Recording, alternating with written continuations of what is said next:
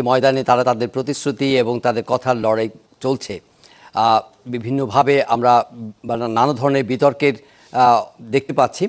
যেমন নির্বাচন কমিশন পক্ষ থেকে নির্বাচনে যে পরিবেশ রচনা করবার জন্য যে সিদ্ধান্তগুলো তারা নিয়েছেন, সেখান থেকে কখনো তারা এগোচ্ছেন, কখনো তারা পিছোচ্ছেন। ইতিমধ্যে আমরা জেনেছি যে সাংবাদিক পর্যবেক্ষকদের মোবাইল ফোন নিয়ে ভোট কেন্দ্রে যেতে যে বাধা দেওয়ার কথা তারা বলেছিলেন, সেটা তারা রাখছেন না। এক্ষেত্রে আর কোনো বাধা নেই। তবে দলগুলো তাদের নির্বাচনের যে শেষ মুহূর্তে যে বক্তব্য, বিবৃতি, জাতির উদ্দেশ্যে ভাষণ, তাই সেই সব ক্ষেত্রে তারা তাদের অবস্থানগুলো পরিষ্কার করার চেষ্টা করছেন। কিন্তু সব মিলিয়ে এই নির্বাচনটি কেমন হবে, কোন দল জনগণের মন জয় করতে সমর্থ হবে এবং তাদের যে বক্তব্য, তাদের যে প্রতিশ্রুতি, তাদের যে অবস্থান, তাদের যে আগামীর বাংলাদেশ রচনার যে বাস্তব যে বক্তব্য, বিবৃতি, সেগুলো নিয়ে আসলে নানা ধরনের আলোচনা চলছে চারপাশে। আমরা আলাপ করবার জন্য স্টুডিওতে দুজন অতিথিকে আমন্ত্রণ জানিয়েছি। আলাপ করব জনাব গোলাম মাওলা রনির সঙ্গে, সাবেক সংসদ সদস্য, স্বাগত আপনাকে। রয়েছেন জনাব মির্জা মোস্তফা ফিরোজ, সিনিয়র জার্নালিস্ট, স্বাগত আপনাকে। যদি সুযোগ থাকে আমরা সেক্রেটারি জেনারেল বাংলাদেশ জামায়াতে ইসলামী মিয়া গোলাম পারওয়ার, তাকে যুক্ত করব এই আলোচনায়। তিনি হয়তো আমাদের সঙ্গে যুক্ত হবেন যদি সুযোগ থাকে। আমরা আলোচনায় যেতে চাই।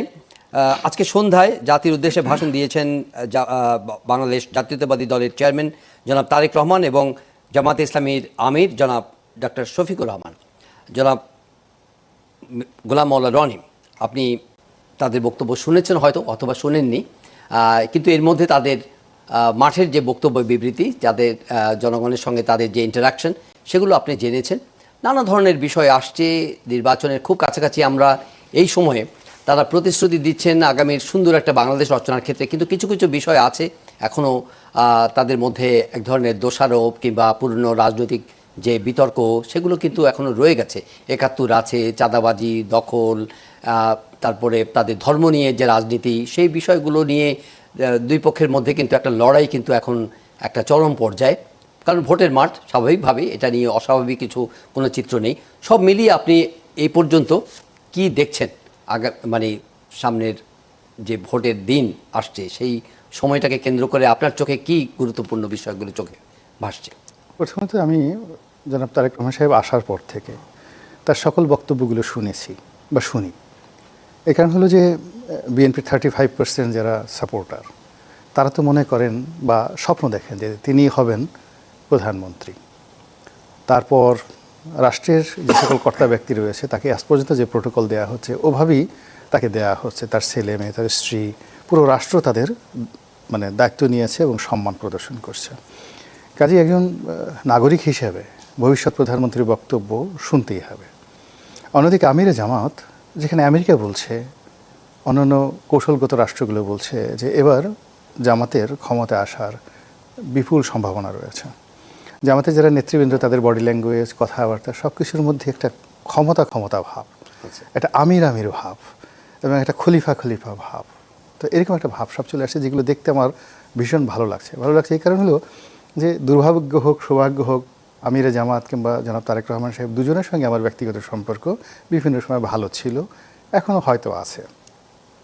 তো আপনার প্রিয়জন, ডানে হইলেও আমার, বামে হইলেও আমার, আমিরে জামাত যদি দেশের প্রধানমন্ত্রী হন আমার ভালো লাগবে, তারেক রহমান সাহেব হলেও ভালো লাগবে। এই জন্য আমি দেখি, তাদের দুজনকে দেখি, খুব মজা করে দেখি। কিন্তু অবাক করার ব্যাপার হলো যে আমি দুজনের কারোর মধ্যে কোনো স্বস্তির লক্ষণ দেখি না। আমরা তাদেরকে প্রধানমন্ত্রী বানিয়ে লাফাচ্ছি, কিন্তু তাদের দুজনের মধ্যে কোনো শান্তি দেখতে পাচ্ছি না।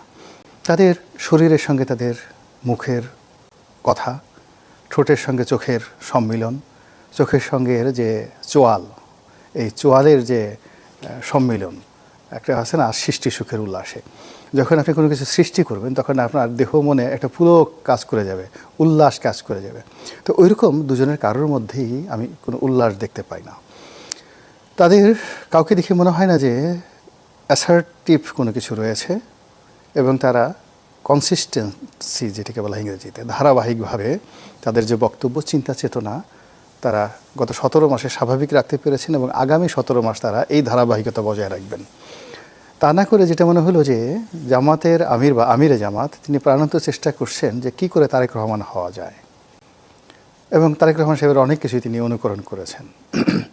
চেয়ারে বসা, ব্যাগ টানা, তারপরে শেষে খুব স্বাভাবিক হওয়া, যেমন তিনি চিত হয়ে মঞ্চের উপর শুয়ে পড়েছেন বিছানার উপরে একটা শীতল পাটির উপর, আমার ভীষণ ভালো লেগেছে। এত মানে একজন প্রধানমন্ত্রী প্রকাশ্য মঞ্চে শীতল পাটির উপরে চিত হয়ে শুয়ে পড়েছেন, এই দৃশ্য আমি না দেখলে আমার চোখে বিশ্বাস করতে পারতাম না যে কি আগেকার দিনে হযরত উমর বা অন্যান্য যারা ছিলেন তারা খুব স্বাভাবিক জীবনযাপন করতেন। আমাদের আমিরে জামাত এভাবে সে কৃতজ্ঞতা প্রকাশ করতে পারে যে একজন ভক্ত তাকে একটা শীতল পাটি দিয়েছেন, তাকে সম্মান জানানোর জন্য তিনি চিত হয়ে শুয়ে পড়েছেন। আবার তারেক রহমান সাহেব তিনি আমিরে জামাতের মতো করে আরবি বলার চেষ্টা করছেন, তারপর কোরআনের কথা বলছেন, হাদিসের কথা বলছেন, মা ফাতেমার কথা বলছেন, আয়েশা সিদ্দিকা রাদিয়াল্লাহু তাআলা আনহার কথা বলছেন, বদরের যুদ্ধের কথা বলছেন। তো এই যে একজন আরেকজন হওয়ার চেষ্টা, এটা মানে রাজনীতিতে কুলক্ষণ, অশনি সংকেত। রাজার যে নীতি থাকবে সেটা হলো যে সে সবার চেয়ে ব্যতিক্রম। Leader means a combination of many people, a thousands of people, লক্ষ লক্ষ মানুষের চিন্তা চেতনা ধ্যান ধারণা তিনি ধারণ করবেন এবং সারা পৃথিবী তাকে নিয়ে কী চিন্তা করছে কী বলছে ডাজ নট ম্যাটার, সে তার মতো করে সে এগিয়ে যাবে, কথা বলবে, সে মানে তার উদারতা, তার বেয়াদবি, তার সমস্ত কিছু থাকবে অনন্য। Leader is leader, just like Julius Caesar, Napoleon Bonaparte, সারা দুনিয়া কি মনে করলো না করলো সে তার কাঙ্ক্ষিত মাকামে পৌঁছানোর জন্য চেষ্টা করবেন। কিন্তু এখানে সেটা মনে হচ্ছে না বর্তমান যে দেশের প্রধান দুটো নেতা, এবং এটা জানাতেন না। আপনি চিন্তা করেন আমরা সুলতান সুলেমানকে মানে খুব ফলো করি যে দীপ্ত টিভির নাটকের কারণে। তো সুলতান সুলেমানের যে বিশাল অর্ধ দুনিয়া, তার রাজত্বে মোট 36 কোটি মানুষ ছিল, 36।